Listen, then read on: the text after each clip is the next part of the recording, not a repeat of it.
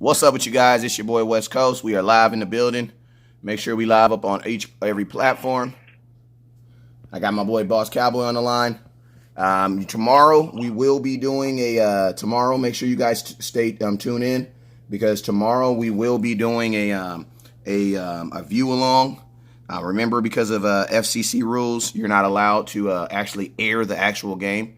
So how we get around it is by we do a live sit and watch, and I'll watch the game and just kind of go over some things that I see as you guys watch them, along with we'll watch it together. But most importantly, let me make sure we up on all platforms real quick. Looks like we are up on. I got my boy Boss Camber because of. Looks like we are on. Let me see. Let me turn this down real quick. Okay, so we are up. We're up. Boss Cowboy, say something for me, man, so they can hear you. Get a little sound check real quick. Sound check, 1, 2, 3, leave me alone. Hold up. Do it one more time. Sound check, 1, 2, 3, leave me alone. I ain't gonna leave. What you talking about? Leave you alone. I came to mess with you. But yo, hey, we live in the building, man. Sound like everybody can hear Boss Cowboy. If you can't, then make sure you just go read his article. If you can't listen, if you can't hear Boss Cowboy, all you really got to do is go read his articles, and you'll know exactly what he's talking about. Because he is really, like, I'm gonna be honest with you, he really like one of them dudes that he only talk about really stuff that he be writing about. So if you ever miss anything that he say, not true, man. Oh, no. nah, stop it. I'm trying to give you a shameless plug. Knock it off. Okay. If anything you miss from him, he always a lot of the stuff he talks about, he always writes about it. You know what I'm saying? Just like West Coast, when I have when I have something on my mind and I want to talk about, what do I always do? I come straight here to the video. Why? Because that's how I get my issue off. Well, he get his issue off on that pen and pad. So make sure you guys support those articles, because he got some great stuff coming out. Hey, man, we got some people in. How you doing, Miss Yolanda? How you doing this morning? How you doing, Naomi? How you doing, Grace? How you doing, Fonzarelli? Travis, I appreciate you for sharing. Travis says, my mic sounds nice. He said, I think he's saying your mic sounds nice. Yolanda, how you doing, Miss Yolanda? Miss Yolanda hit me up yesterday. I think she's trying to go to a game. She said, I'm not going to be sitting at home watching games by myself. No. I heard that, Miss Young. I got you. Naomi, Fonzarelli, Travis Bank. What up with you, Scout? Grace. How you doing, Miss Grace? The Grace is a fish, and I heard that. Michael Beers. What's up with you, man? Got the coolest last name in the feed. Carrie, what up with you, Carrie? Been rocking with me since I was like, man, Carrie been rocking back when I had a hairline, bro. My boy Carrie been rocking with me that long, bro. Like, you know what I'm talking about? But as age you get wisdom. You don't need all that hair up there. You know what I'm talking about? It's just extra stuff you got to do each day. You know what I'm saying? But Miss Sandra says, good morning. Jacob says, what up? Anthony Glashaw. Every time I see your name, I always think of Crenshaw. Because his name is Glashaw. So every time I see him, I always want to throw up neighborhood. So I'm gonna give you one time. This is the West Coast, though. I can't throw up the real, that ain't my hood. Anthony, what up with you? Tone, what up with you, Tone? Hey, man, whenever you guys change your profile name, can you guys please make sure you submit my profile picture update name request form? Because some of y'all be updating your form and your picture, and I'll be like, who in the hell is that supporting me? I don't know them. But then I'll be like, that's Tone Loke. What up, man? What up, Tony P? Michael Beers. Tone, where your supporter tag at? That's why I ain't recognize you. Then we got Dub. What up with you, OG? I see I got my OG Sean Ramsey on here from Ramsey Sports. How you doing? Ramey from Ramey Sports. How you doing today, brother? You see that big G right there to the very right? That is a concept of an idea that has literally become tangible. When I mean tangible, I mean this is something that he does now. So if you remember, all these shows are sponsored by my buddies over there at Gridiron Hard Series. It is the premier 3rd grade to 8th grade all-star game for kids. So if you think that your child has what it takes, I'm gonna be honest with you. If you think your child has what it takes, I need you to send them a highlight video, some of your child's stats, over to Gridiron Hard Series at yahoo.com, and they will evaluate them, let them know, and let them know if they're eligible. If he becomes eligible, inbox me, let me know, because I want to know who's going to be out there shining. Especially, this is a Cowboy Family Cup. This is run by some Cowboy family, so you know we got to support. I can't wait till my sons is old enough to be out there, because I'm going to go out there for the free trip, but I'm definitely going to be in the building. Tone says still got my supporter on. You know I got love for DS. Oh, you already know I seen it. I was just tripping. You know my eyes be bugging. You know I got this laser surgery for my cataracts. You know what I'm talking about, for my cataracts. And you know, it'd be hard to see sometimes. So I like my boy Tony. My boy Tony, he always busts me out with facts. He says, no, West Coast, factually, I have my scouter bound. So my bad, Tone Luck. Hey, and prayers out to the 915, man.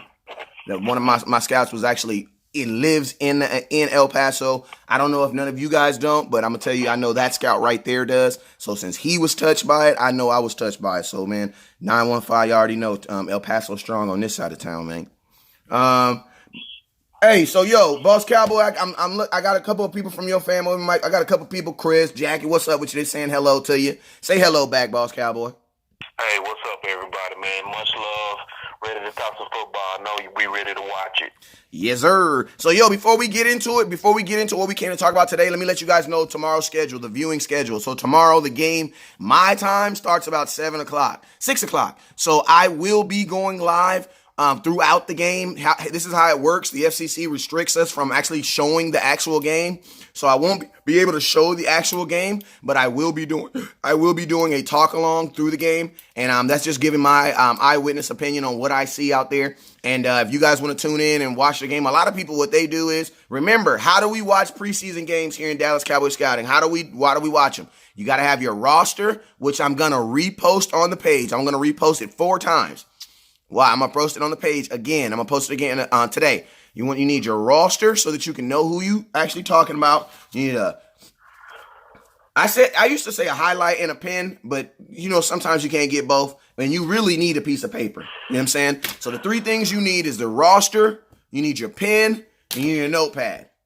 That's how West Coast takes. That's how I watch every preseason game. Like literally, I was that guy in the stadium in San Francisco, sitting watching the game with a notepad, writing down notes. And people were literally asking me like, "Yo, why are you taking notes for?" I'm like, because I don't have a really good memory. They're like, okay. I'm like, yeah, you know, I look young, but I really don't have a good memory, so I got to write a lot of this stuff down.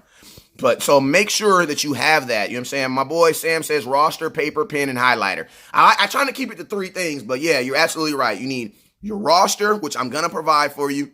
You need your paper and pen. You need your pen and highlighter. And then you need a piece of paper to jot. You got to have a piece of paper to jot stuff down, because you're not going to be able to circle every person who doesn't play well in the red zone. That wasn't a shot. I'm just being funny, y'all. But yeah, but you really can't though. It's too many people. So it's easier to just write down on 3rd and 6. Why did we run a fade to the back of the end zone? Like, it's easier to write that down than to be dribbling all over the place. Jose says you got too much time on your hands. It's not that I have too much time on our hands. It's kind of that, see these 3 people on these big old logos? They kind of pay me to be here and do these things and provide this information. Back when I was doing this just for the love, I still do it just for the love, but now I kind of have a responsibility to do some of this stuff. So these guys, Oats, America's official team, one of the best groups out there in America. Then you got Cowboys Experience, by far the #1 game day package company in America. They help West Coast get to all my games. I appreciate them so much. If you need a package, make sure you inbox me. And then I got Gridiron Hard Series. I got everything covered. I got the games, I got the kids, I got the love. Everybody, I got it all covered. You know what I'm saying? And I got Ken Matry in the building, so we can officially start talking about some football. I was waiting for Ken this whole time. I don't even know if y'all knew that, but I was waiting for my boy Ken. I knew he was coming up here. Now I'm just playing, but everybody's important in here. All right, but yeah, Jose, that's what we was waiting for. Naomi says, 4 here in Hawaii. You're in Hawaii right now. Let me know how that weather is. I got a scout on the floor, right? That's out there right now. My auntie's going to be going live inside the stadium so we can get some inside stuff. So when she comes on, you guys will hear her extremely high-pitched voice.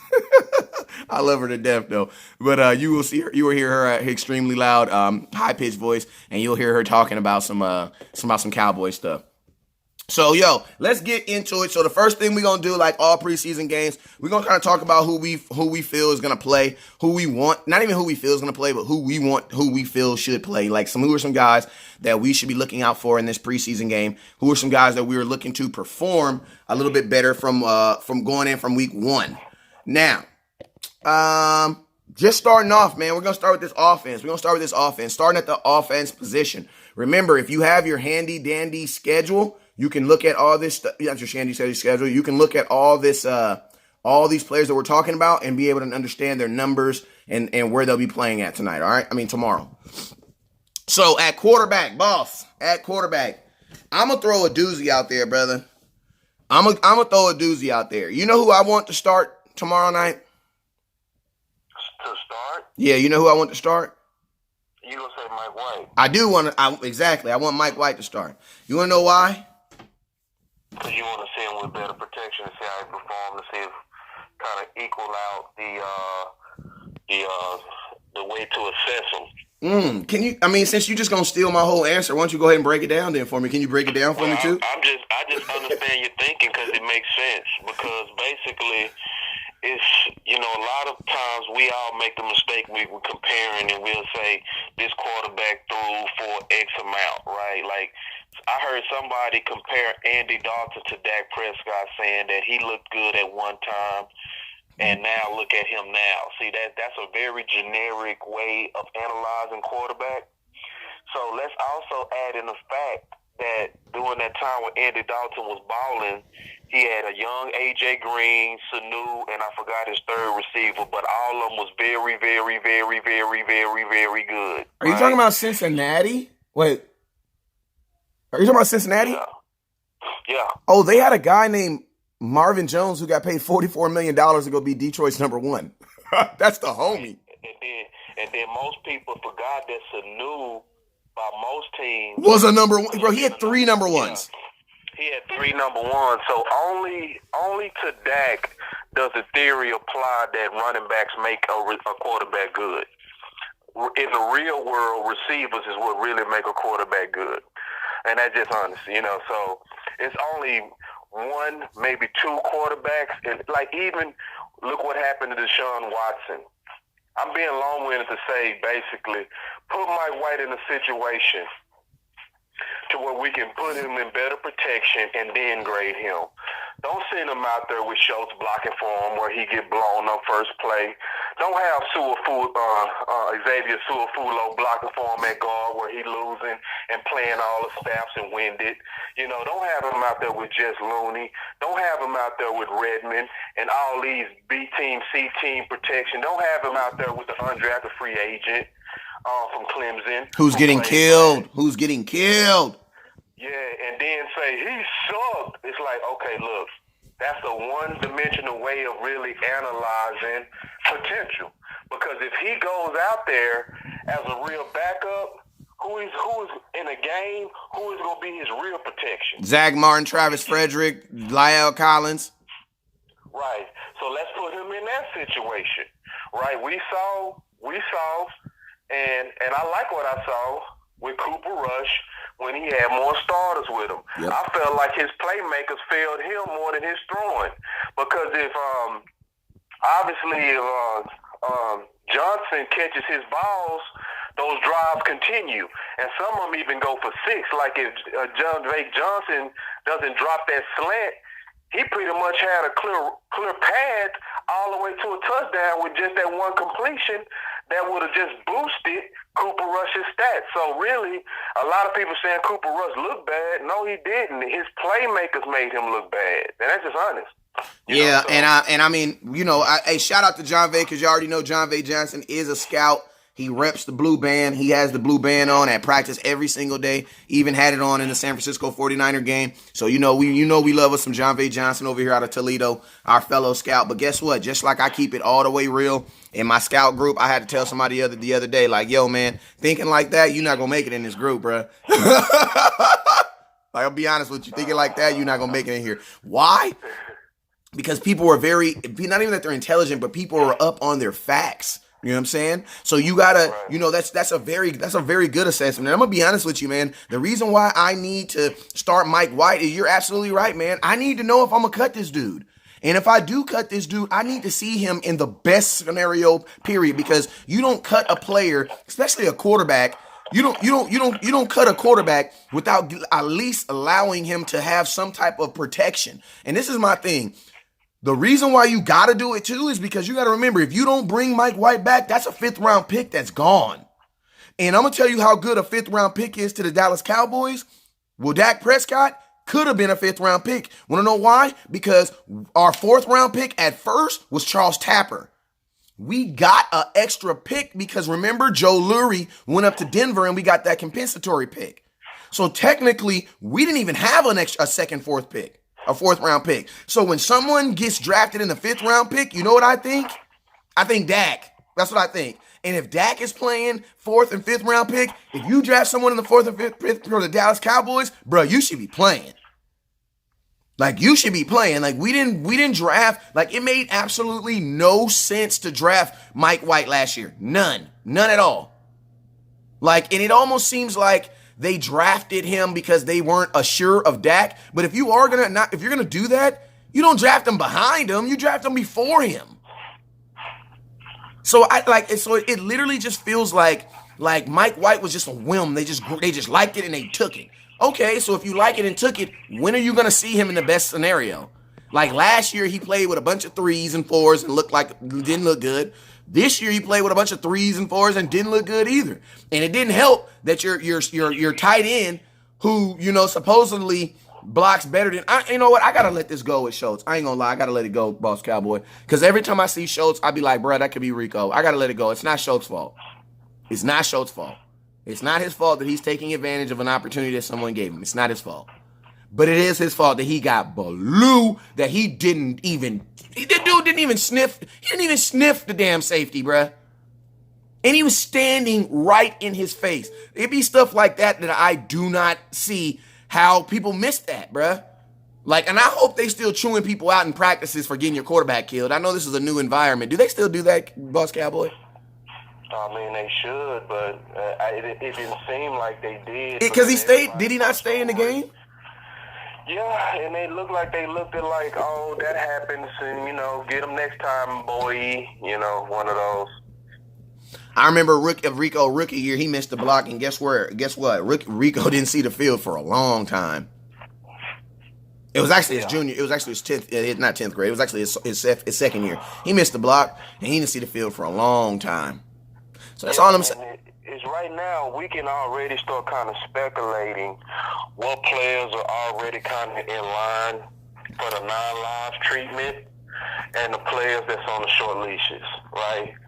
Because, and I have to say this has nothing to do with race, because every time we talk about this, there's a group of people that'll say, racist! He's a racist! I do not believe Jerry Jones is a racist. No, this is to me more so about favoritism and ego, to where you have people in high places that'll bet on a player, and I see this in every environment. We do this between Romo and Dak today.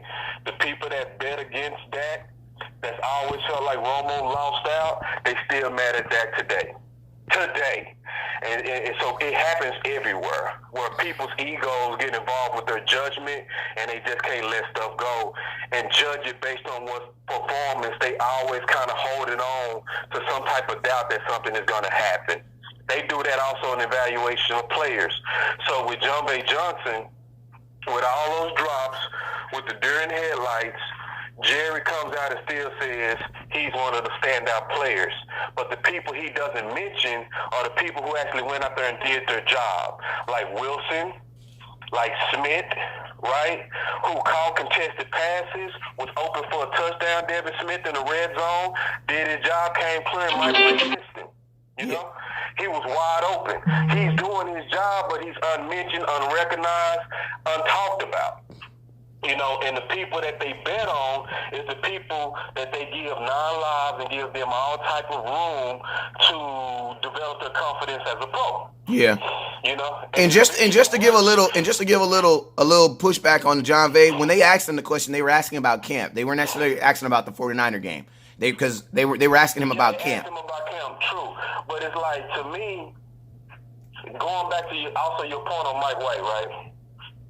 I really understood the pick of Mike White as a value pick. He did really good in the Senior Bowl. He had really good college career. He had no protection, and he put up great numbers in college with a few amount of interceptions.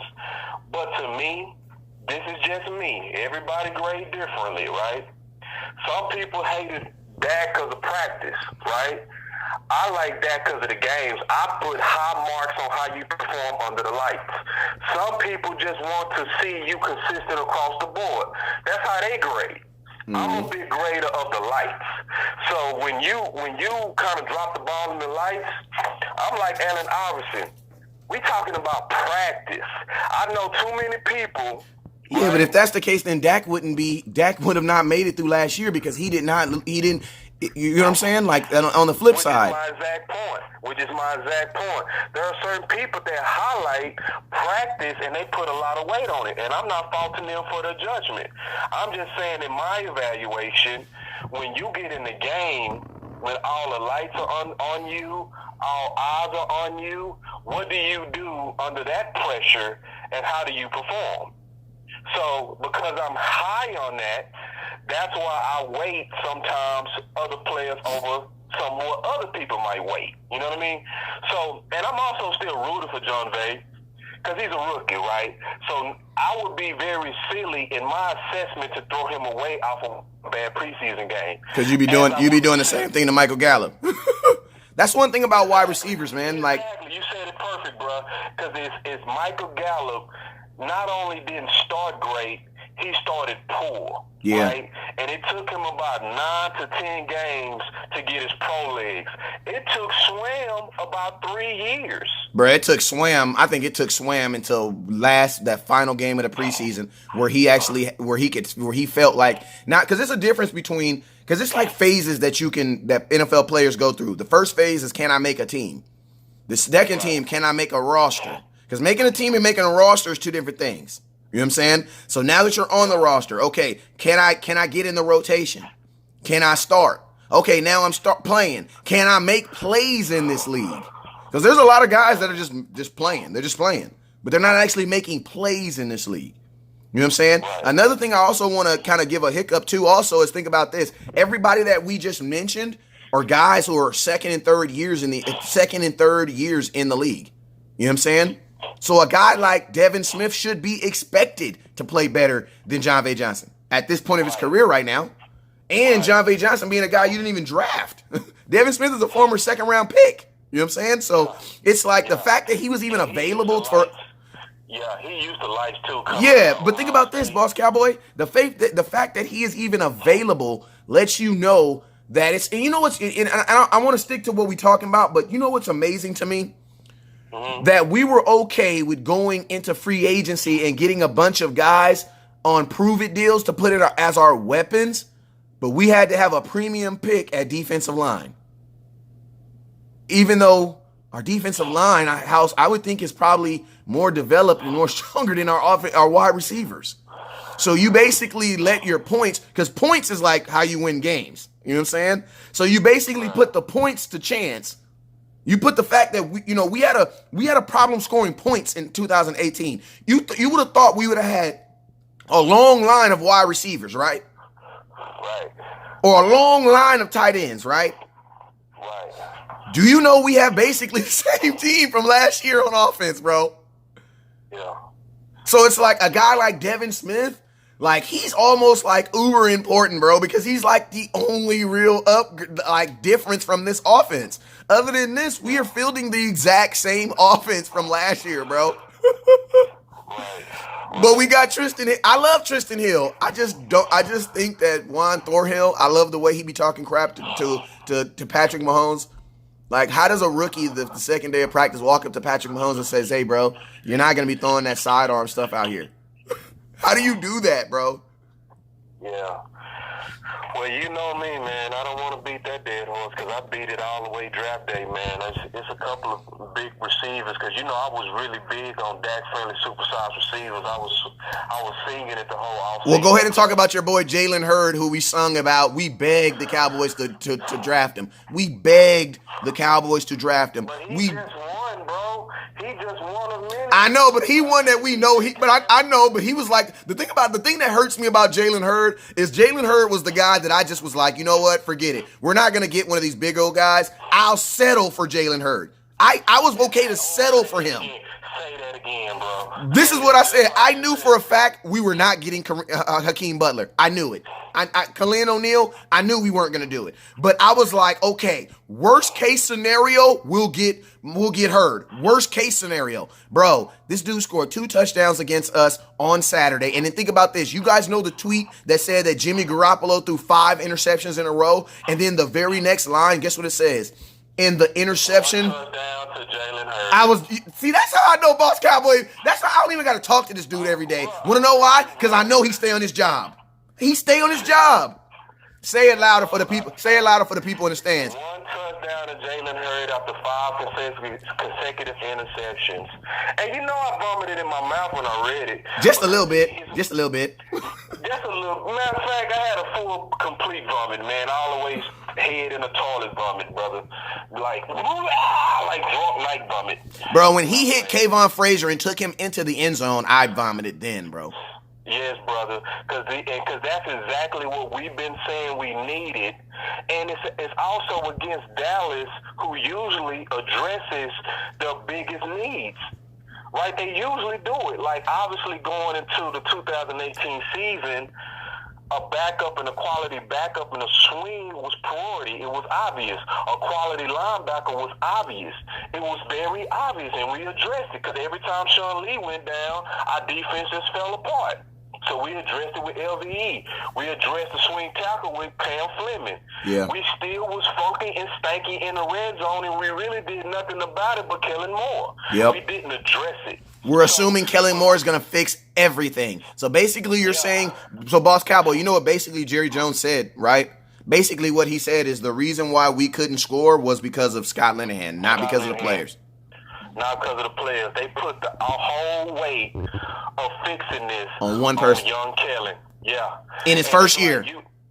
And we've been saying this for the longest. We messed around in our first pick, messed around to be a receiver.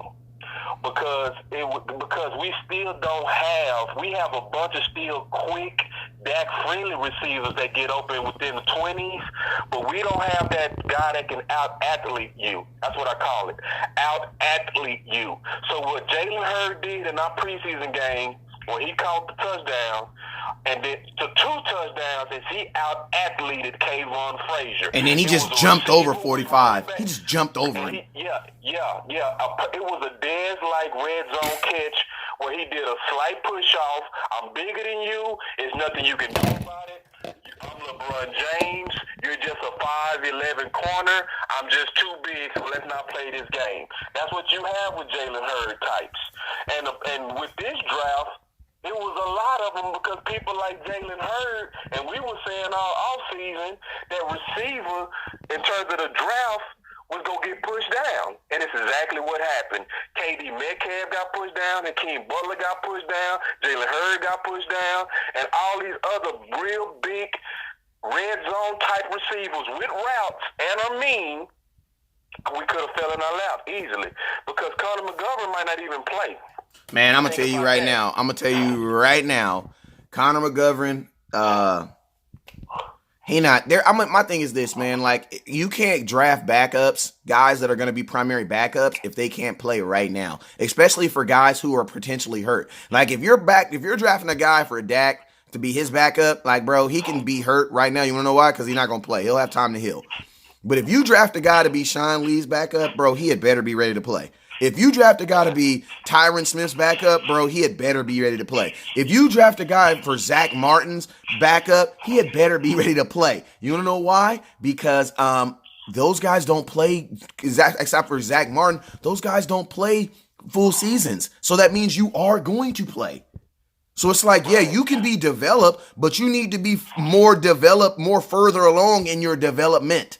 You know what I'm saying? Like, you got to already kind of be cooked. You know, I love Mexican rice. I love it, but that mess is hard to make. So you know what I do? I go buy the Mexican rice that's already seasoned, already done. So all I got to do is put it in the stove. And guess what? As long as I put it in my own container, you would never even know I didn't make it. I'm just saying, it's you got to have the right ratio of pace, of the red pace, and it's too hard. So that's what we do, bro. We go get it already seasoned, put a little bit of something in there, throw it in the stove, and it's cooked. You know what I'm saying? Those are the type of players you got to have for guys who are consistently not missing games. Hey, let's switch to running back real quick, man. Who's your run? Who I want to know? I gave you my quarterback. Who's your running back? Obviously Weber. I mean, and I want to see more Pollard. Like, if you selling me that this guy can carry the load, I want to see it. I want to see it. I don't want to see 4 runs. I want to see at least 8. I want to see you use this guy and put him out there and show me. I'm from Texas, and but I take the slogan from the show me state. I want to see it. I don't want to believe it. I don't want to hear no PR hype because you're trying to get Zeke down on a certain price. I want to see you actually put this guy out there and show me. And I don't care about no electricity at practices when y'all barely thumping each other. I want to see what them boys trying to put you on the ground. Because, running backs got to get a lot of courage at practice when they know you can't really hit them. They like to spin off for you. They like to go, act like they would have ran through that tackle and all that kind of stuff. That's what running backs do. That's why Jordan Lewis hit on Jackson that day, because he was doing too much. He was doing too much. They got tired. I remember I said that on my feed too. I was like, yeah, they're tired of that. Yeah, because you thump them, and that's what you're supposed to do. You're supposed to just kind of lay a thump for practice, and then they acting all world out there like they would have ran through you. So every now and then, defense will get in that huddle and say, bro, let's lay them out, bro. I'm sick of it.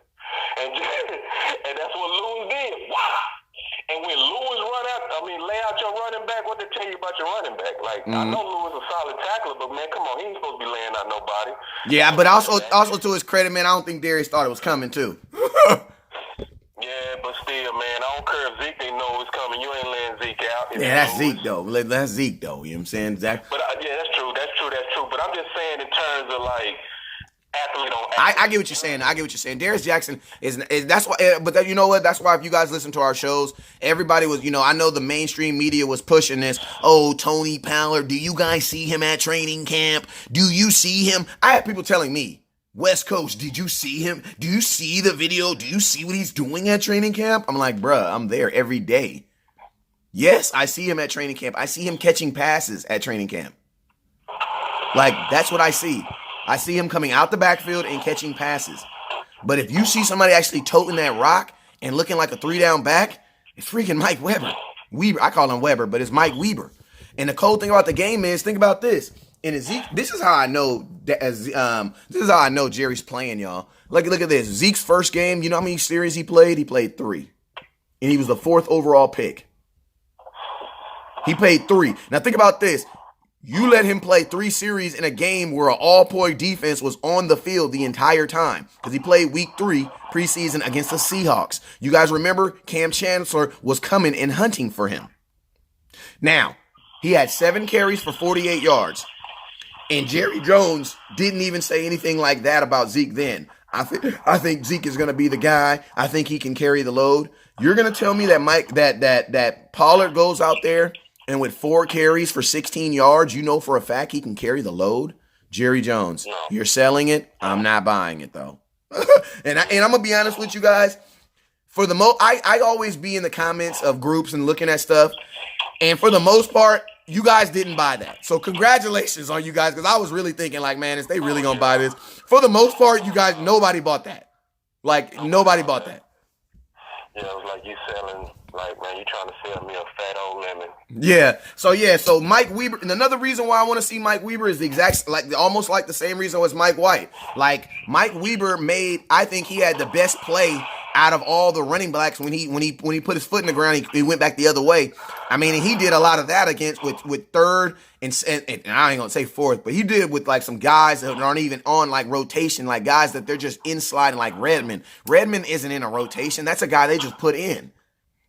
Like, he's a plug and play guy. He's been here like 2 years too. I don't know when he gonna really play. I hope he never really, because he's not the best. But what I'm saying is, I remember at halftime, I kept saying that, people were saying Mike Weber sucks, he this, that, the other thing. And I said this exact. I said, if Mike Weber just realized that left side is not blocking and just do it, he going to have a pro play just like he did in practice. And guess what? That's exactly what he did. He put his foot in the ground and he had a pro play just like he did in practice. And I'm going to keep it real with you guys. If you close your eyes and you just open your eyes and Mike Weber standing in front of you, you're going to 100% think it's Zeke. Yep. You're going to because at the game, he walking around with his stomach up. I'm like, the explosion, the ability to turn the corners. Because then when you say foot in the ground, I don't think they understand what you're saying. Elaborate, brother. You're talking about the vision, like the ability to say, okay, there's nothing here. I'm gonna reverse field and make it happen. And that's what he did, you know. And he does it a lot. He did it in the blue and white scrimmage when nothing was there, and his coach was like, "Good damn run, good run," because it had nothing to do with the blocking, nothing. It was all him. The explosion. It was all him. So it's almost like, okay, put him behind a better, you know, offensive line, and then let's get some film on him. You know, because see, I don't want PR competition. We have anointed Pollard because we see, because Pollard is electric. I don't want people to misunderstand what we're saying. But his electricity shouldn't take away from the competition between him and Weber. They should still have a fair shot at going, you know, straight up to where we can all assess. Don't ice him like you did Rico, where you was putting Rico in the garbage time minutes and then saying, okay, go make a play, and then he had to jump over people's heads to make the roster. And you know what I mean? Because y'all was obviously trying to push Jarwin and Schultz out there. You know, and that's what it really was. You know, y'all had this man on a short leash. So it's like, I don't want to see political football. I want to see Parcells football to where you really, because see, Romo only really got a chance because he was with Parcells. Because see, Parcells only wanted the best man. So you could be an undrafted free agent like Romo and get a chance. Romo in any other environment or under this current environment probably wouldn't even made it. Nah. I mean, at the end of the day, you're gonna have to be. I mean, I hear it's amazing because I hear everyone's excuse on what's going on right now. I just wish these guys would just get out of their asses and just come to practice. Okay, well, get out of yours and just go to work then. Like and for something you didn't agree to. Like, and another thing about it too is, like, people always say you signed a contract, you should just go to work. Well, guess what? Have you ever quit a job? Okay, well, you quit a job, why? Because you found a better one, or because they weren't doing you right, or you felt that's why you have the ability. That's why we live in the United States, so that if you do something that you feel it's not right, you can change it. Like, that's why they have... It's also false too, bro. Huh? From this standpoint, it's also just flat or false. It's people not understanding. So, like, they acting like that contract was just for 5 years where you can't get out of it. They give you the option to be able to get out of it after year 3. Yep. So that option is built into the contract, and he's exercising his option. He didn't do that year 2. He did it year 3. So you can do that year 3, and it's your right to do that year 3, and it's been negotiated by the players union and the owners, and they agreed to it. So we actually just flat up wrong when we make that statement, because it's in his right to renegotiate after year 3. He couldn't do it between year 1 and year 2. I mean, Carson Wentz did it. Why aren't we mad at Carson Wentz? Carson Wentz got signed. Didn't Carson Wentz get drafted the same draft he did? Oh yeah. So wouldn't that mean that Carson Wentz got signed early too? Oh yeah. And did Carson Wentz play all the games last year? No. I mean, my question is this. I mean, they say Zeke, but he gets in trouble. But Dak don't get in trouble and he ain't got paid. So I don't think that's a factor. Cooper didn't get in trouble and he ain't got paid. And I don't think that's a factor. Zach Martin had to hold out for 2.5 days and he don't get in trouble. So I don't think that's a factor. I don't think getting in trouble is actually a factor. Because think about this. I've seen guys who actually got in trouble get paid. D-Law got in trouble. He got paid. Oh, damn. Say that again. Yeah, D-Law is going to make $30 million this year. It's the highest 1-year salary from a Dallas Cowboy. D-Law got suspended for PEDs and currently is the highest paid Dallas Cowboy on the team right now. I don't think they heard that. Yeah, so I don't think it has any... just trust me when I say it doesn't mean anything. It doesn't mean anything. Right. Greg Hardy did what he did, paid the girl off. She admitted she paid it off, broke the non-disclosure, and we gave him $12 million. Orlando McClain tested dirty 2 times. One for weed, one for lean. The second time was for lean. Retired twice, and we brought him back. Cole Beasley retired as an undrafted free agent. How do you retire as how do you as an undrafted free agent tell an organization you don't think you want to play anymore? And quit and let you come back. And you quit and you get to come back. I mean, if we want to save some money, can't we just cut some guys who aren't playing like Sean Lee?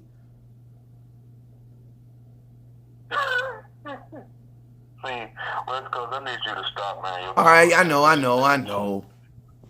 just need you to stop right now. I know. Let's get back on what we was talking about. All right, so we were talking about who we want to see kind of step up.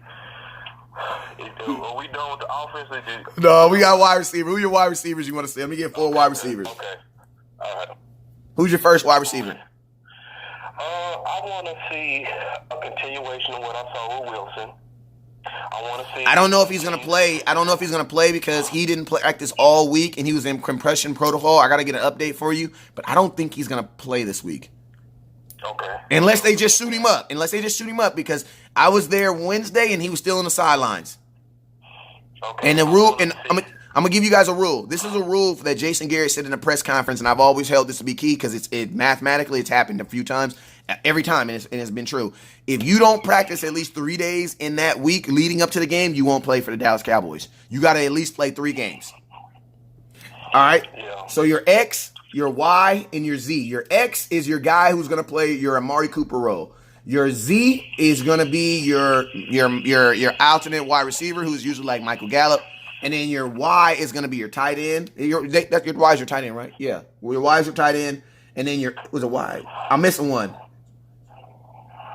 No, your X, they can all be kind of different depending on the personnel.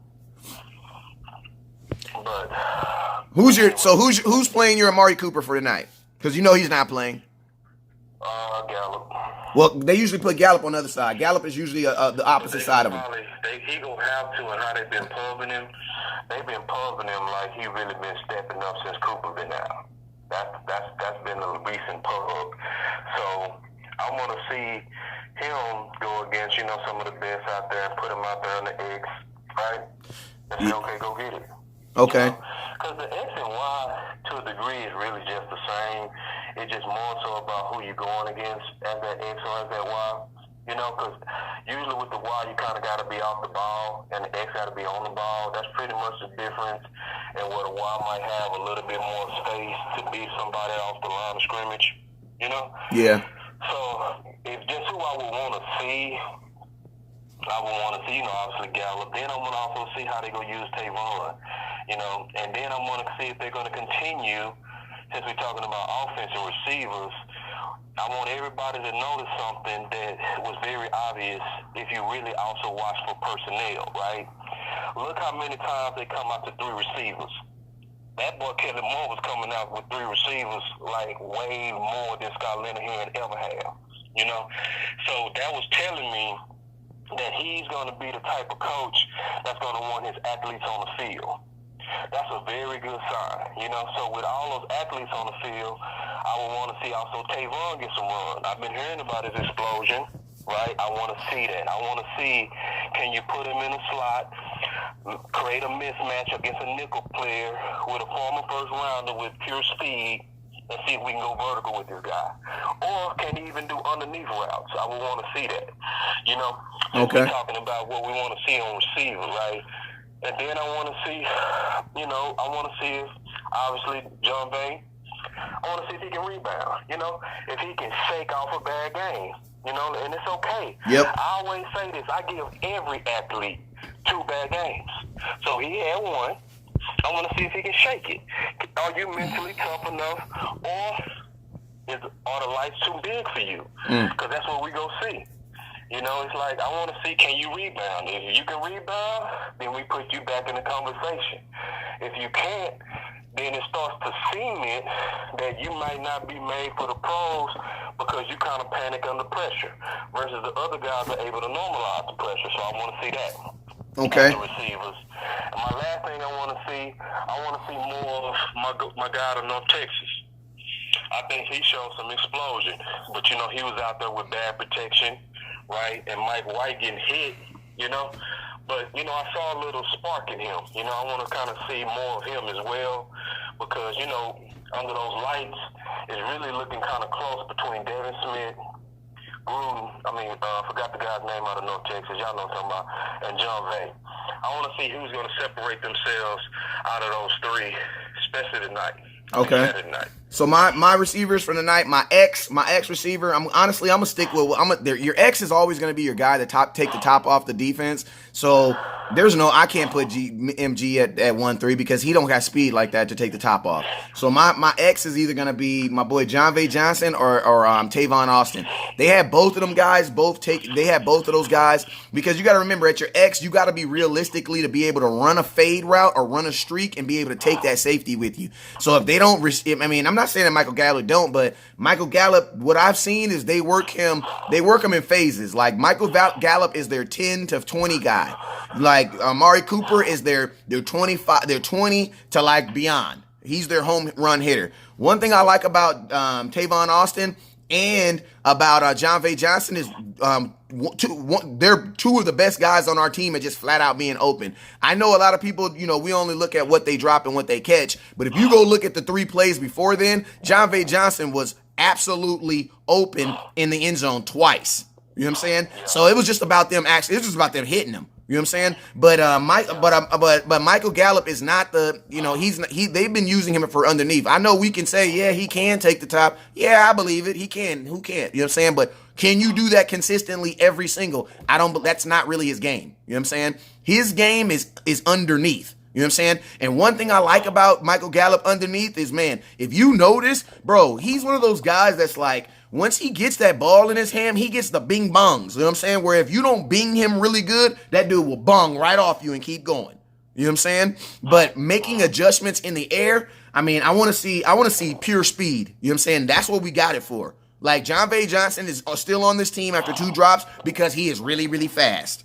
You know what I'm saying? You're talking about pure speed, man. That's obviously Reggie Davis. Yeah, but but they're not gonna have Reggie Davis on there. They're gonna use Reggie. They don't. No, I'm just saying in terms of what I want to see. Like, I feel you. When Cooper missed him, bro, he burnt the snot out that dude. Yeah, but the thing about it is they're not gonna. The only about Davis is they use Davis on the inside. They're using Davis basically as a Cole Beasley replacement. Reggie Davis, and Cedric Cobb, but Reggie Davis and my boy, when they do put Tavon Austin in the slot, that's basically where they're working him at. But my X, I want to have John V. Johnson or Tavon Austin out there at my Y. My Y, meaning my tight end. I'm trying to have my boy Jarwin out there as my starter. I do want to see Jason Witten. Why? Because I don't want to wait until week 1 to find out if Jason got it back yet. Like, why? What are we protecting? You know what I'm saying? Like, I would like to see Jason Witten. Like, let's see what we got for $2 million. Like, he looks really good at practice, but I need to see him going up and down that field. And I want to know if Jason Witten is really good, then guess what? That makes my life even better. You want to know why? Because the last 2 tight ends on the list, y'all might not make the team. Why? Because I need those roster spots for my defensive line. I need those roster spots for my defensive line. So we're going to have to go light somewhere. So if Jason Witten is going to be the all-pro that he is, well, not all-pro, but the Hall of Famer that he is, and then I got I got my boy Jarwin, that helps me alleviate 2 positions, at least 1. We may not go 2, but at least 1 has to go. You know what I'm saying?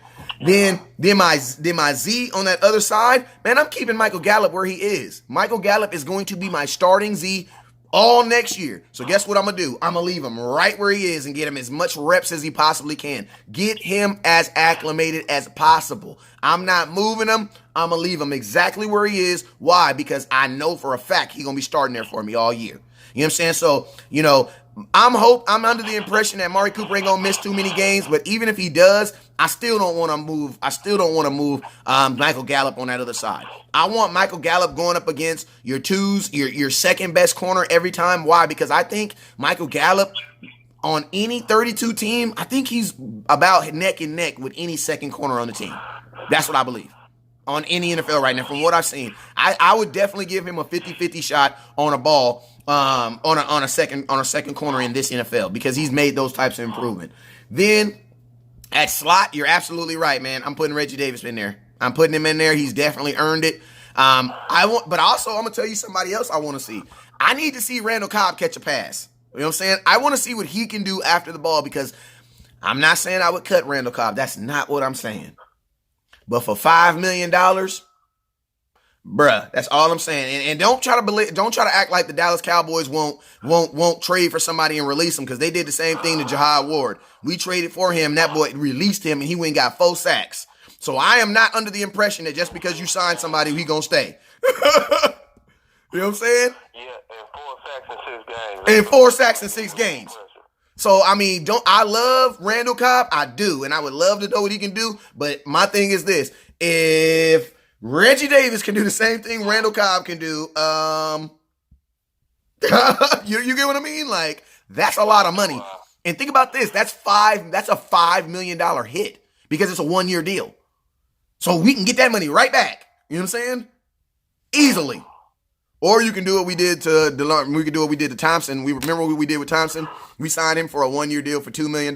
You know what we did? We released him right after training camp, and then we re-signed him for $780,000. That's so gangster, man. The Cowboys are gangsters, man. All right, man. So, hey, on to this offensive line, man. We got 5 offensive lines. You got your right tackle. You got your guard. You got your center. You got your other guard, and then you got I said left tackle, guard, center, right guard, and then you got your right tackle. So I need to know who gonna be your center tonight, man. I mean tomorrow. I keep saying tonight. Tomorrow. I mean, Fredericks. We want to see Fredericks. We want to continue to see Fredericks under the lights. Hopefully, I pray to God that Aaron Donald is out there. I pray to God because then this is going to give us good film. To let us know. We'll know tomorrow. Is Frederick's strength back? Hey, boss, can I ask you a question? You almost want to call the Rams and be like, hey, can you play Donald for like 3 plays, please? Yeah, can you give us at least 2 series? Yeah, can you play it, and can you rush him right up the A-gap, please? Yeah, please. 3 times? Yeah, go take him straight at Fredericks, please. Thank you. Because we want to see that. You want to see him going against elite talent again, where at first you didn't worry about it. You weren't concerned because he was elite. You weren't concerned at all about who was actually, going to take on Fredericks, from the nose tackle position, right? You were on the D tackle position. You wasn't concerned at all, one tech, whatever.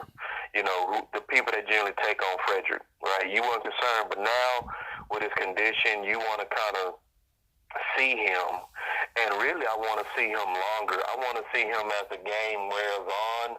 Like, I can't wait to preseason 3 where the starters usually play more, because you want to see, because strength is something that also has something to do with endurance, and I want to see, can he kind of sustain his level of play when the game becomes more mental, right? And yep, because you're not going to be playing 1 play. You're going to be playing 75 right. Plays.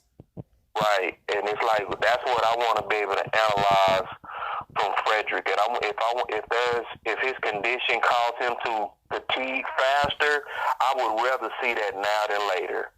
You know what I mean? So ramping up his reps is something, especially since you're calling him a starter, that we should see. And actually, especially because Looney right now and Xavier Suafulo are playing a majority of the game because they just lean at those 2 positions, center and guard. They just lean. Looney's not a good guard. He's not a good guard. He's a better center. Yeah, but I want to see more Travis, since we're talking about the offensive line going into this game. I don't want to just be like, he's back and everything is good, kumbaya. No, I want to really know for sure, just like y'all trying to know for sure. And there are people saying, I want to see more out of Dak after he showed you 3 years of film. You still want to see more. I want to see more from Fredericks after coming from a year off in that condition. And I think that's fair, especially when you have a guy like Joe Looney behind him who's on a 1-year deal. Like, I need to see what the hell I'm going to do with Frederick just off of what I know I need to do next year for Joe Looney, because Joe Looney is not going to want to be a backup center for the rest of his career. And think about this. We have Fredericks under contract for like 3 years. 3 years. Like 3 more years. So next year, Joe Looney's on his last year of his contract. There's going to be a tough decision to make. And I know people are like, oh, but Joe Looney's no Travis Frederick. Yeah, but guess what? Joe Looney is Joe Looney when you don't have Travis Frederick. And that's pretty damn important. Yeah, and he's a starter. Like, if he wasn't, but see, because it's almost like this. The same thing happened to Georgia Loca. There are people that literally still feel like Georgia Loca's a bum because he didn't start at Minnesota. Just go take a look at who the starting safeties are at Minnesota. Like Church wouldn't have started over there. And we love the Church. You know what I mean? Period. He wouldn't have started over there. He started in Jacksonville, and he would have started at probably 28 different teams or 27 different teams. But, you know, when you go and you behind Fredericks, that can kind of take away from how good you really are as a starter. And Looney played good last year as a starting center. So, I know I kind of switched to defense talking about Georgia Loca, but he's somebody that I also want to see more, you know, because I still think to this day he's one of the best values we have on the team. And it's, you know, when I watched him play, he was very solid at tackling, as I figured he would be. He's a very big presence, and he was smashing those guards and tackles on run support. You know, He was bringing a lot of punishment coming up. And it's the type of presence that I want on the field, especially with Heat, kind of still was being Heat, you know. I don't want to switch the defense. We got to finish this offensive line. So we got Fredericks as your center. Tonight, my guards, I'm not going to disagree with you. I think Travis Frederick should start. Honestly, I'm going to keep it real with you. I know people are going to disagree with me, but I think there needs to be a game that he plays like almost the entire game. Because you need a gauge.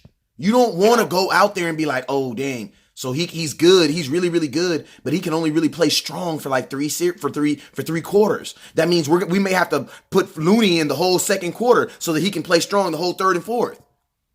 Like, you just can't go out there with the assumption that everything's good. Not when you have preseason. Like, that's why you have preseason.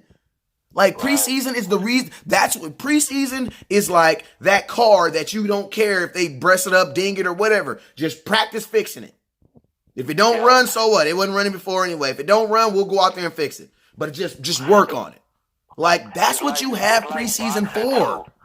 I analogize it to boxing West Coast, where sometimes you'll see fighters, especially fighters with good knockout power, right?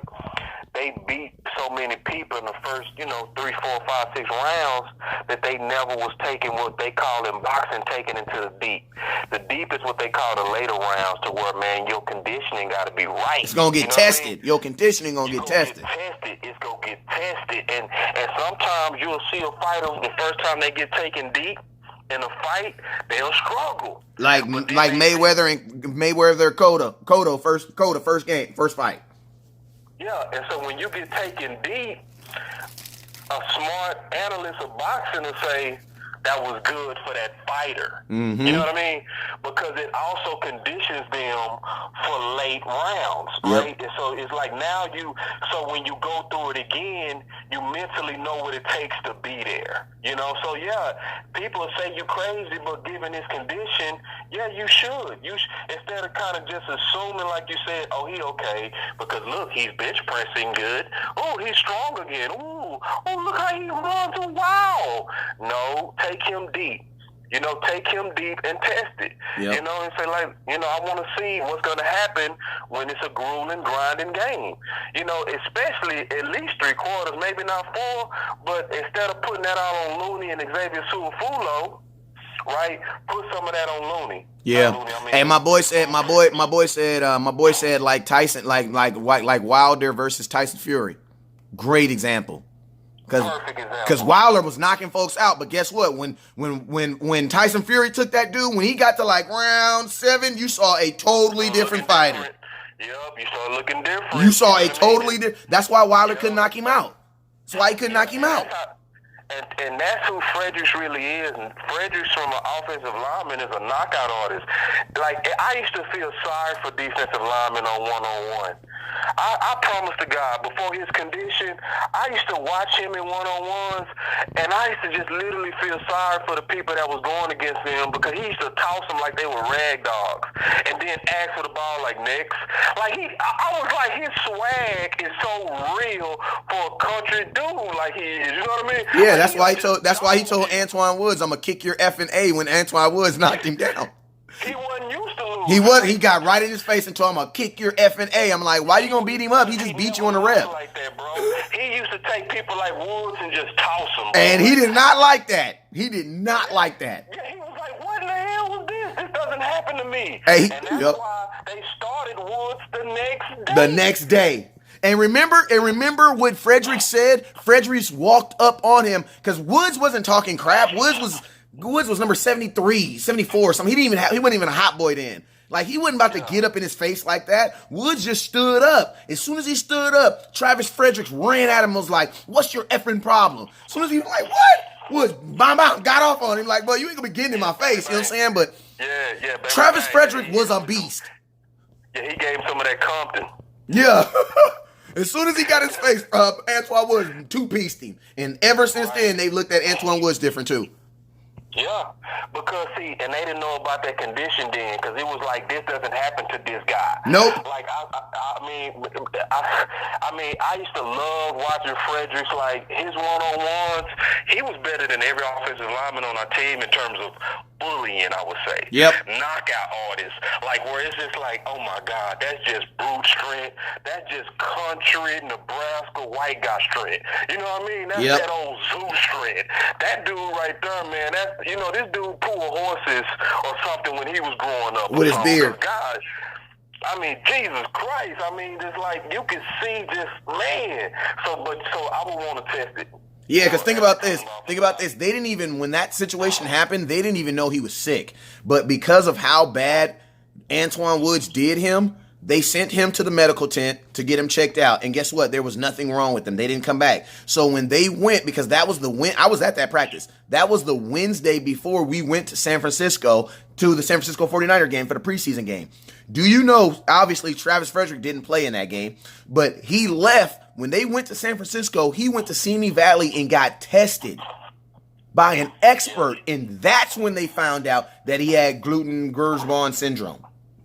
Because, and then think about this, the Cowboys didn't even think about anything. That was Travis Fredericks going on his own. Yeah, like something is wrong. Like, he went and got a second evaluation because he went through the Cowboys, and the Cowboys evaluation didn't find anything. And to be honest with you, Jerry Jones, I don't even think Jerry Jones really even believed he was sick. You want to know why? Because he didn't even put him on IR until week 11. Like, all the way up to week 11, Jerry Jones was thinking Frederick is going to come back at some point this year. I believe they knew he was sick, man. It just kind of shows me that that's why you have to get a second opinion from team doctors, really. Because I mean, Kawhi Leonard. Exactly, Kawhi Leonard, then Durant. You know, oh, my God. It's because they're going to put their interests ahead of your interests. Yeah, they will. And so when people like mad at Zeke right now and mad at Dak, and you look how Dak being Mr. Good Old Boy. And still ain't got paid. Still ain't got paid, but this the worst part. While you doing everything right, kissing the babies, going up to practice, being the leader, saying all the right things, while Wentz is not playing. He's not even practicing right now. Like, what are you talking about? He's not even like he's throwing, but he's not 11 on 11 right now. Bro, that's crazy. So they showing all this, and see, Dak should be like that. He should be like, I'm not doing any 11 on 11. I'm not playing in any preseason games until my stuff is done. Because every time I walk out on that field on live action, I risk a major lottery ticket at this point. And I've given you guys 3 years of film and playoff games to know who I am. So let's stop this game like y'all still trying to figure me out. Hey, boss, can I ask you a question? Boss? Why are you so scared of Dak playing and possibly getting hurt and the Cowboys not taking care of him? Did you see how they took care of the last player that got hurt? The Cowboys take care of their players that get hurt. Well, boss, how did they treat the last person that got hurt? Oh, man, come on, bro. What they did is they leaked about that last player that got hurt and said that he was basically not who he was, and most of that was a lie. Because even if you look at that last player from 2016, that same player made the Pro Bowl and was starting to rebound up, you know, back into his career. No, that player was not the same explosive player as he was, but he was still the best player in his skill position on our team, and they cut him. And then what happened to Allen Hurns? I mean, what happened to Allen Hurns when he got? Oh, sure. You know, what they did is they held him up as the locker room guy and the ideal way to be, but they ran the clock out on him. Waited a week before training camp. No, they waited the Monday before training camp. They were left that Wednesday. Sorry. They waited about 4 days before training camp plane was going to leave and came, knocked on his door and said, hey, we want you to take a pay cut, even though they could have told him that in January and February, gave him his options to really be able to shop. But first they left him one team to go to, and that team, thank God, picked him up. But would you rather have one option or 32? Yeah. To bid, you know what I'm saying? Hey, I got somebody in there. Getting potentially $5 or $6 million, he gets $3. Who want to get $3 million taken out your pocket because your boss is doing bad business with you? Yeah. And hey, real quick, I got a couple of comments. Actually, a couple comments. Let's finish off this. So we got Fredericks at center. I'm gonna give you my guards. My guards are gonna for tomorrow's game is gonna be Connor Williams and Xavier Sulafule. The reason why I'm starting both those dudes is because I don't know if Zach Martin's going to be healthy, ready to go, and I need my offensive line to be as close to what it is going to be week 1. We cannot do 56 sacks against. I love Dak Prescott. I think he has the best set of thighs I've ever seen on a quarterback, but I don't want to keep on testing that. You know what I'm saying? Like, I don't want to test that. You know what I'm saying? I don't want to keep on testing Dak Prescott's thighs. I don't want to test that. That boy said best set of thighs. He do, man. Have you seen his thighs? Like, god dang, they bigger than Saquon Barkley's calves. Ridiculous. You know what I'm saying? But the thing about Dak is Dak in his career has never had a major injury. So you know what that lets me know? That if something was to happen, he would probably be a totally different person afterward. You want to know why? Because he would be experiencing something he has never experienced before. I don't want that to happen because I couldn't protect him. That doesn't make no sense. Yeah. See, one thing I know about Wentz is he know how to get injured and come back. Dak's never been in that position. I don't want to put him in that position.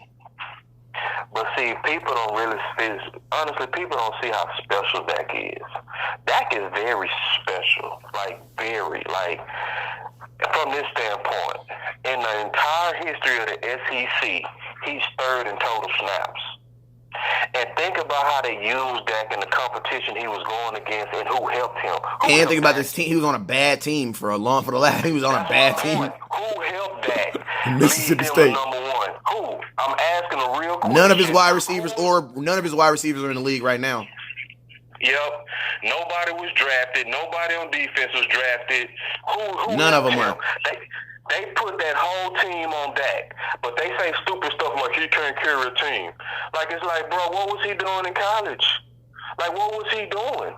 But then also, it was how they was using him. They was using him like a quarterback, but a lot of times they were using him also like a running back. He does lead the league in rushing touchdowns in the last 3 years. So, I mean, come on, man. And boys don't see, man. Boys be bouncing off Dak as he running in the end zone. He leads the NFL in rushing touchdowns from a quarterback in the last 3 years, Dak Prescott. He'll literally flip over. He'll flip over in a touchdown, do a perfect dive roll, get up and flex. And because it looks so smooth, people think that's easy. Wentz tried that one time and his kneecap ended up on the ground. Yeah, that was horrible.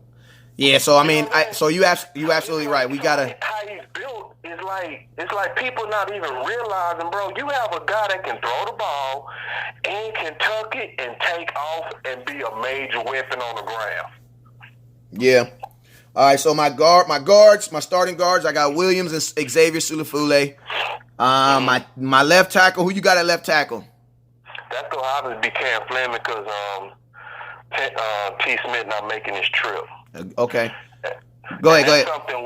That's something we want to see anyway. I was going to ask you to even. That's what I didn't want you to phrase it like that, but that's exactly what I want, because we know that Tyron Smith. You need to put if you're saying that Tyron Smith is going to play 16 games, you're doing a disservice for yourself. Yeah, you're smoking. You're smoking. That's like saying Sean Lee. That's like saying Sean Lee's going to play 16 games and then you bet on it. Like you're smoking. That's some good crack. Like you're not gonna you should expect him to play 10 to 11 games. That's what you're gonna see. I'm gonna give T. Smith 12. 12? Okay, I'll give him 12. At the most. And then think about this, boss Cowboy. He usually gonna miss 3 or 4. And then think about this, boss. What about the games that he starts but just don't finish? Because there was games last year where he literally started the game, he just didn't finish the game. Yeah, and so when I did the numbers on him, a lot of people said that he missed 3 games in 2017. He really missed 4, to your point, because that Seattle game... He started. He played 3 series. No, he played 1 series. And it was a 3 and out. And then then he didn't play no more.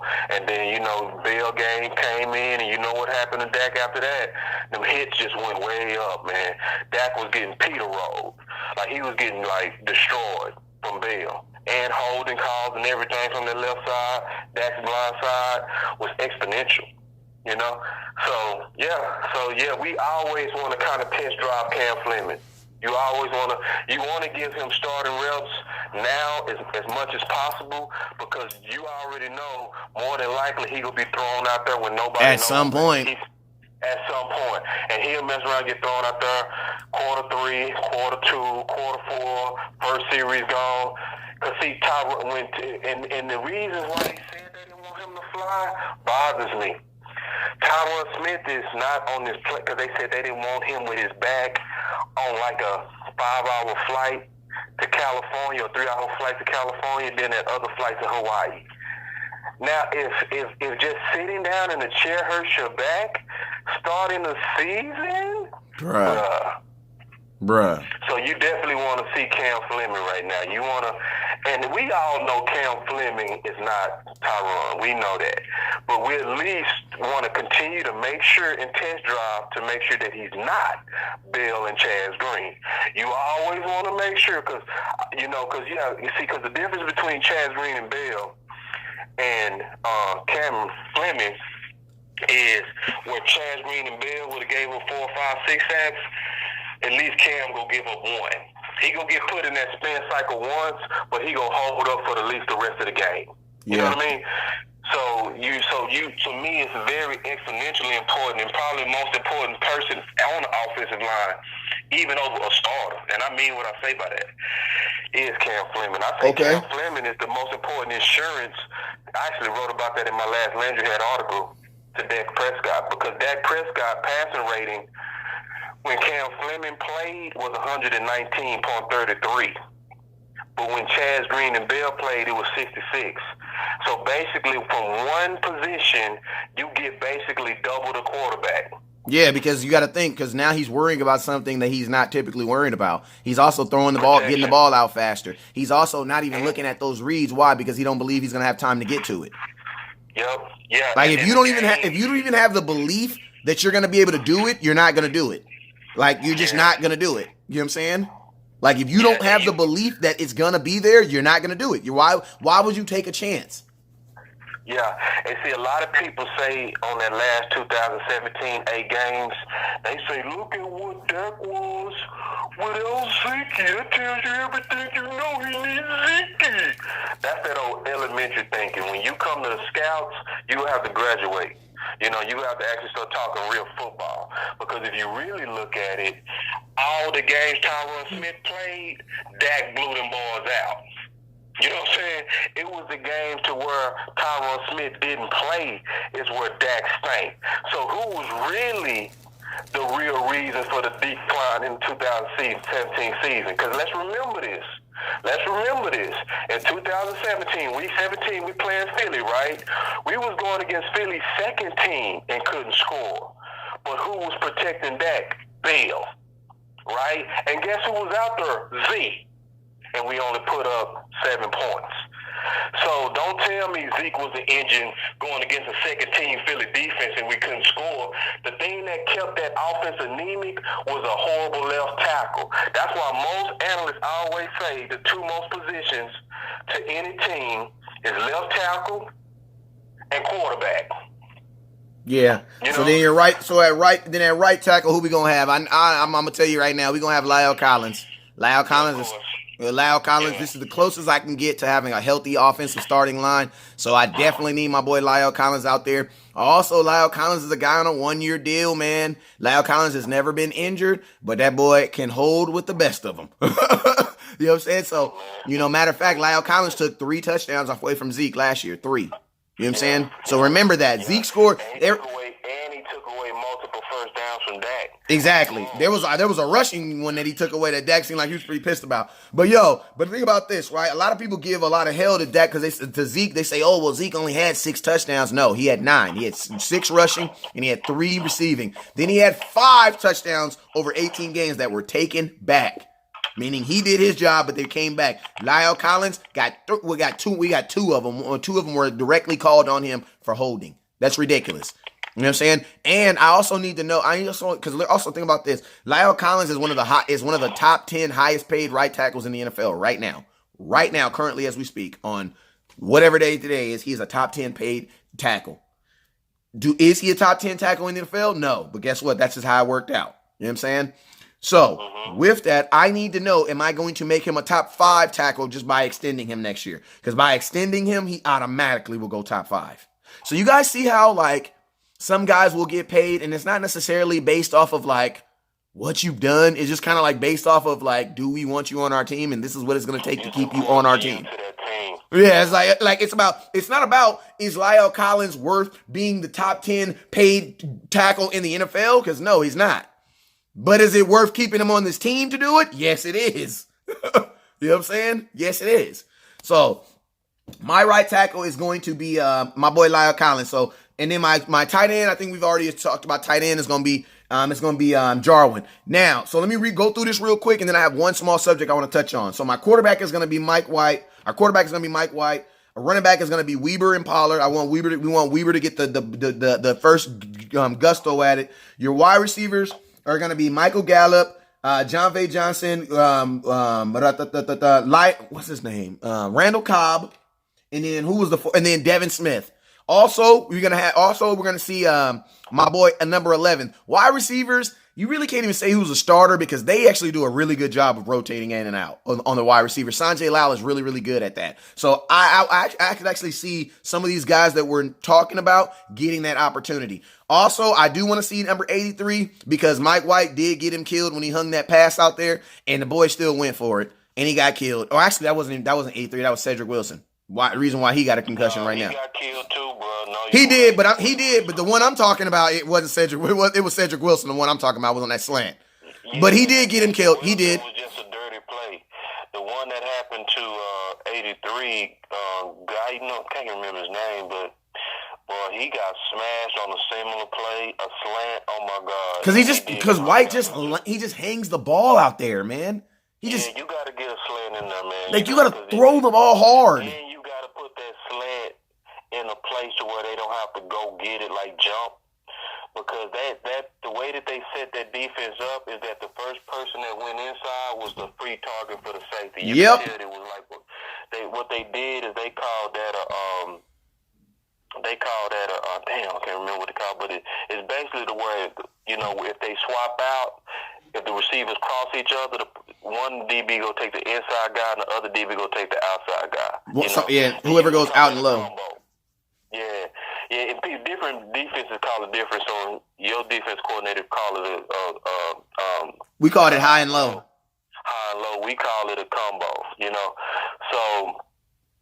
So basically, so that when he took that slant route, man, it was just free cheese for that safety, and he took it. And guess what? That safety trying to make it in the NFL too. Yeah. And the play to Wilson was just pure dirt. I wish somebody would have slapped that safety. I'm glad he got ejected because it was a dirty play, and plus it was a panic weak play. It's like you hitting them and you don't even know the ball is. You didn't even know it was a straight reaction play. It was straight reaction. And then, man, I low-key got into it. I was about to get into it with a 49er fan, me and my mama, because, we don't play that. And my mom was like, they need to get him out of here. Get him out of here. This was before they ejected him. And then he like, this is football, this isn't such and such and such. I'm like, bruh, she know more about football than you do. I'm like, bruh, that dude led with his helmet. He led with his helmet. You cannot do that in the NFL. This is just, he didn't. And guess what? Number such and such is disqualified. My mom turned around. Thank you. It was super dirty. It was super dirty. It aggravated me because Cedric Wilson was balling. Mm-hmm. He was making a case of himself when nobody else was talking about him, And basically what they said is you could have hurt him. You could have hurt him. Like, I'm not trying to, oh, dang, I think my bad, yo. I think my phone just died on me too. That was probably not the most professional thing to do. But, yo, man, those are, let me see if I can get Boss Cowboy back on the line. But I think my phone died. Sorry about that, y'all. But, yeah, man, we were putting together some really good points right now. And we appreciate you guys for rocking with us. We kind of went through everything right now. Our quarterback is going to be Mike White. Running back is going to be Weber. You got your wide receivers. Your O-line is going to be number 70. Your left tackle, we got left tackle, you're going to have Cam Fleming out there because T. Smith's not even making the trip. Your guards are going to be Williams and Zaylor Sulafule. Your center is going to be Travis Frederick. And then your kicker is still going to be Brett Mahar. Why? Because I need to know if I'm going to cut this dude. I don't know if I can have like more than like 5 kickers on the team, but I want a new kicker every time we get out there and kick. Why? Because this is really getting old with the kicker, man. Like, this is getting really old. I want to see that new guy that we have out there. I think he's like number 1. I forget his name. I have to look him up, but we need to do something about this kicking game. We had 11 games last year that was won or lost by 6 or less points. That's 2 field goals. That is too ridiculous. You know what I'm saying? So that is our starting offense and stuff for this week. So, hey, I appreciate you guys for all rocking on here. We've been on here for at least an hour and 20 minutes, and we appreciate you guys for tuning in. Thank you guys for the share. Appreciate everybody on YouTube and appreciate everybody off on Boss Cowboy Sports. Remember, you guys, I am West Coast Cowboy. My cousin, that was Cowboy. That was my cousin who was on the phone right now. That's Boss Cowboy from Boss Cowboy Sports. Hey, I appreciate you guys, and you guys already know. Never look down because the stars up. Peace.